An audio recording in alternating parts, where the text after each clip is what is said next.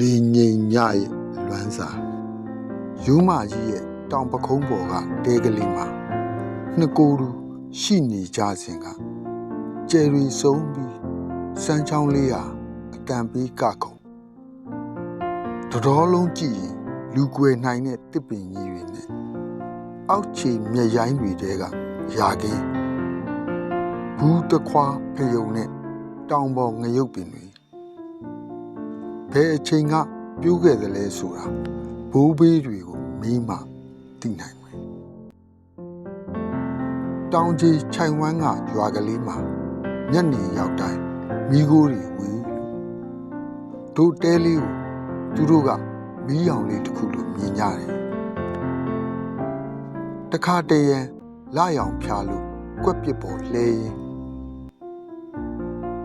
တို့တွေကဘာကြီးကိုစီးနေတာလို့ပြောရင်တလက်လက်မင်းရတန်းလေးတောကြားတောင်ကြားပြေးသွားပြန်နိုင်ငယ်အသက်နဲ့အတူပါလာတဲ့ရင်ခုန်တန်ကိုတယောက်တလက်နားထောင်ကြရင်တောတောင်ရိပ်တွေအောင်မေတ္တာသက်ဝင်ရှင်သန်နေရတာလူအဖြစ်ကချိုးတယ်မိတောက်လေးဟာအကြာကြီးတော့မထွန်းလင်းနိုင်ခဲ့ဘူးမဟုတ်လားလာမင်းကြီးကလည်းအမြဲမရှိနိုင်ပါဘူးလေမင်းဘယ်နေရာမှာပဲရှိနေပါစေတောတောင်ရင်ဝင်နဲ့ငါမျက်လုံးအိမ်မှာတော့မင်းအရေးတွေလှဲ့လေသွားလာနေစေ